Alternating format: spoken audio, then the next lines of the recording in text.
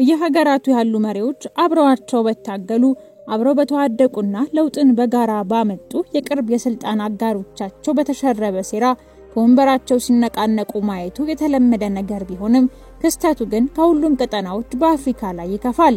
የምዕራብ አፍሪካዊቷ ሀገር ቡርኪና ፋሶ ፕሬዝዳንት ኢብራሂም ትራኦሬ ይዞ የመጣውን በጥቁር መሪዎች ያልተለመደ አስተዳደር ጥቅማቸውን ስላሳጣቸው ያልወደዱት የውጭ ኃይሎች ሰውየውን ጉያው ስር ባለ የቅርብ ባለስልጣኑ አማካኝነትና በሌላ መንገድ ለማስወገድ ተደጋጋሚ ጥረቶችን አድርገዋል። ከነዚህም ውስጥ እጅግ አስገራሚው ሀገሩንና ህዝቡን እንደ አንበሳ ጀግናና እንደ ንስር ነቅቶ በማየት በሚጠብቀው ፕሬዝዳንት ኢብራሂምና የቅርብ ታማኝ ወታደራዊ ቡድኖቹ የቀለበሱት የውጭ ሰላዮች ከመሪው ቀኝ እጅ ሰው ጋር በመተባበር የነደፉት የግድያና የስልጣን ግልበጣ ሴራ ይገኝበታል።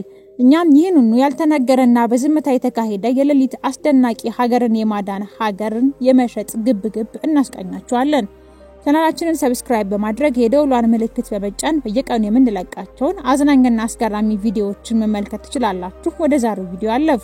ታላቅ የምስራች ለቤት ፈላጊዎች በሙሉ ከቴምር ሪል ስቴት ሳር ቤት አፍሪካ ህብረት ፊት ለፊት ከባለ 175 ካሬ እስከ ባለ 3 146 ካሬ በፈለጉት የካሬ አማራጭ በታላቅ የ40% ቅናሽ በካሬ 64200 ብር ይዘንሎ መተናል። በ2 ዓመት ከ6 ወር ጥንቅቅ አድርገን እናስረክቦታለን።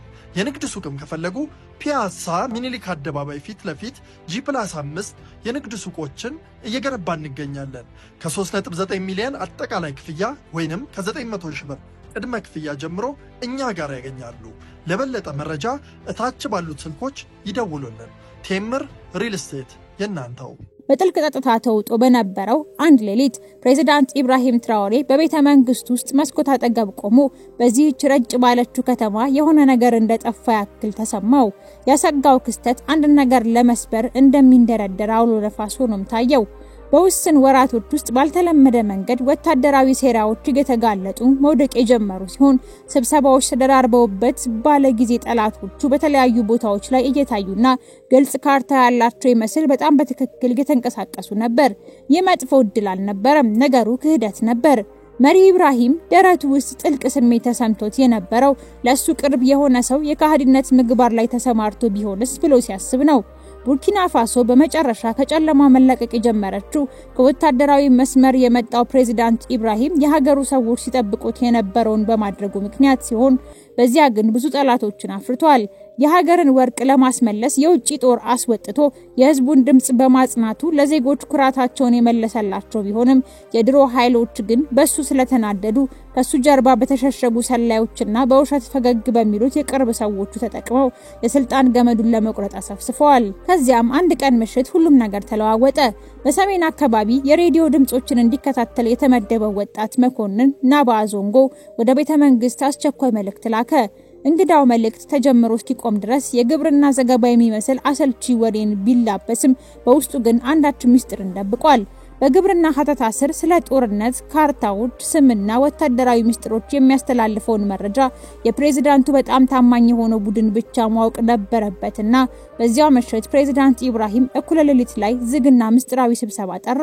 ማንም ሰው ስልክ እንዲይዝ ያልተፈቀደለትና ውጥረት የሞላበት ስብሰባ እንደተጀመረ ፕሬዝዳንቱ ዞንጎ ያሉትን ወረቀቶች በጠረጴዛው ላይ አስቀምጣቸው ሲለውና መኮንኑ የተባለውን ሲፈጽም ክፍሉ በጸጥታ ተዋጠ። በክህደትና በስለላ ከተሳተፉት ሰዎች ውስጥ ስሙ በአንደኝነት የሰፈረው ሰው ኮሎኔል ዋታራ መሆኑን ሲያዩ ሁሉም ባለማመን ደነገጡ።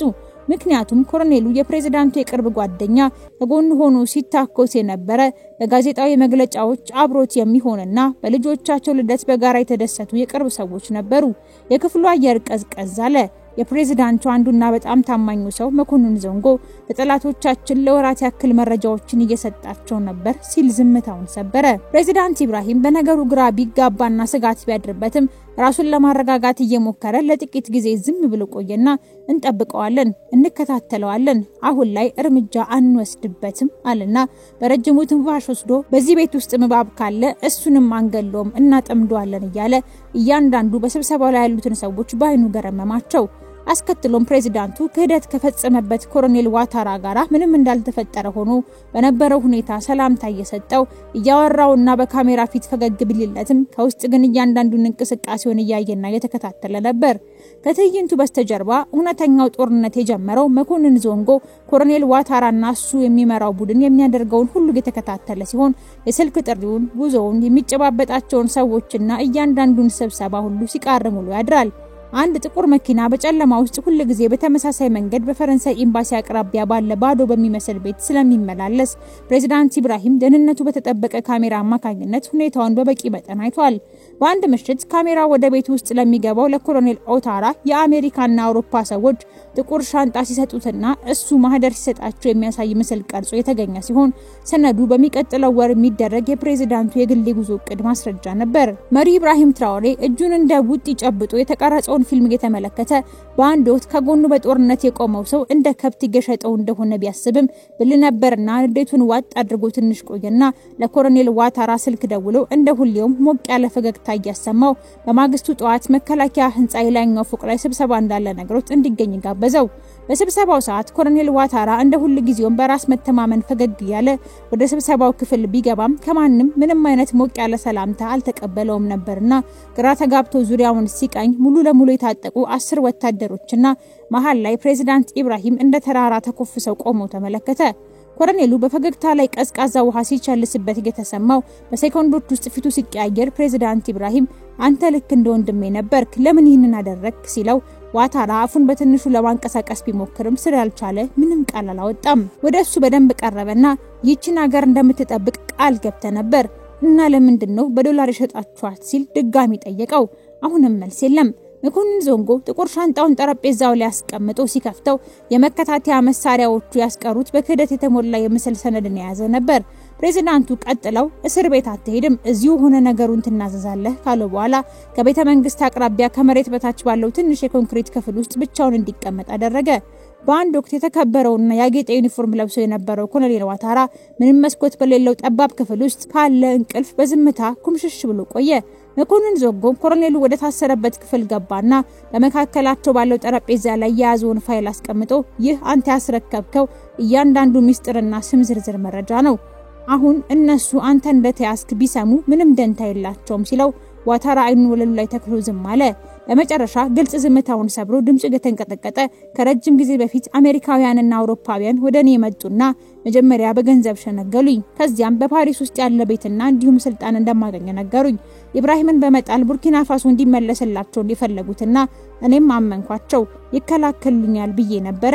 አሁን ላይ ግን እኔም ብቻ ሲጠቀሙብኝ እንደነበር አይቻለሁ አለና አንገቱን ደፋ። ቀጥሎ ፕሬዝዳንት ኢብራሂም ወደ ክፍሉ ገባና በአንድ ወቅት ከእርሱ ጋራ በጦርነት ከቆመው የቅርቡ ሰው ፊት ለፊት ተቀምጦ ጥቂት ጊዜ ዝም አለና ወደፊት ቀረብ ብሎ በተረጋጋ ድምጽ እኔን አይደለም የከዳኸኝ፣ ህዝባችንን፣ እናቶችን፣ በየመንደሩ ያሉትን ወጣቶች፣ በግንባር ያሉ ወታደሮችንና የወለድካቸው ልጆች ጭምር ነው አሳልፈ የሰጠኸው ሲለው በህፍረት ኩምሽሽ ብሎ ያዳምጥ የነበረው ኮሎኔል ዋታራ ይቅርታ ሲል በሹክሹክታ ተናገረ። ፕሬዝዳንት ኢብራሂም ቆመና ለሰራው ስራ በኋላ መልስ ትሰጣለህ፣ መጀመሪያ ግን እነሱን እንድናስቆም ትረዳናለህ ብሎ ተወጣ። ቀጥሎም በዝምታ ማታለልና በትግስት ጥላ ውስጥ የሚካሄድ አዲስ ጦርነት ለመጀመር እንቅስቃሴዎች መካሄድ ቀጠሉ። በቀጣዮቹ ቀናት የኤምባሲው ሰራተኞች መጥፋት የጀመሩ ሲሆን አንዱ ወኪል በጸጥታ ሲባረር፣ ሌላው ለፕሬስ ተጋልጦ፣ ሶስተኛው ደግሞ በራሱ ጊዜ የደረሰበት አልታወቀም። በዚህ ጸጥታ በወረሰው ጦርነት መሃል ፕሬዝዳንት ኢብራሂም ቤተመንግስት ውስጥ ደፋርና የማይናወጥ አቋም ይዞ ቆሞ የነበረ ሲሆን ይህ መሪ ሀገሩን በመሳሪያ ብቻ ሳይሆን በዓላማ ነበር የሚያስተዳድረው። ግዛቱን ብቻ ሳይሆን እውነትን ይጠብቃል፣ ህዝቡን ይጠብቃል። እሱ ልክ እንዳንበሳ ዙሪያ ገባውን በንቃት እያየ ነበር። የቡርኪና ፋሶ መሪ የገጠመው ጠላት ኃያል ሀብታምና በጸጥታ የሚያጠቃ ቢሆንም አሁን ግን ባንዳው ኮሎኔል ተይዞባቸዋልና አይናቸው ታውሯል። ቀጥሎም ፕሬዝዳንቱ ያዋቀረውና በሱ ትዕዛዝ የሚመራው ልዩ ወታደራዊ ቡድን በአጋራቸው ኮሎኔል ዋታራ ስም የውሸት መረጃ ለውጭ ወኪሎች ማቀበል ሲጀምር አሰፍስፈው ሲጠብቁ የነበሩት የውጭ ሰላዮች እያንዳንዱ ሁኔታ በእነሱ ቁጥጥር ስር የዋለ መስሏቸው ነበር። ነገር ግን ይህ ሁሉ በመሪው ትዕዛዝና በመኮንን ዞንጎ መሪነት የሚካሄድ ሰዎቹን እጅ ከፍንጅ የሚያዣ ወጥመድ ነበር። በመከታተያ ክፍል ግድግዳው ላይ ተዘርግተው የነበሩት ራዲዮ መገናኛዎች ያለ ረፍት መብራታቸውን ብልጭ ድርግም ሲል በየምሽቱ ፕሬዝዳንት ኢብራሂም በድብቅ እየመጣ በጸጥታ ሂደቱን ይታዘባል። በንግግሩ ጊዜ አንድ የውጭ ወኪል ከስሙ ጋራ የግብርና አማካሪ ባለሙያ ነኝ የሚል ሽፋን ተጠቅሟል። ከውይይቱ በኋላ ከኮሎኔል ዋታራ ቡድን ጋራ እየተነጋገሩ እንዳሉ ያሰቡት ሰላዮቹ ለቀጣዩና ወሳኙ ምዕራፍ ዝግጁ መሆናቸውን የሚገልጽ መደምደሚያ ላይ ደርሰው የመጨረሻውን ስብሰባ እኩለ ሌሊት ለማድረግ ቀጠሮ ይዘው ተለያዩ።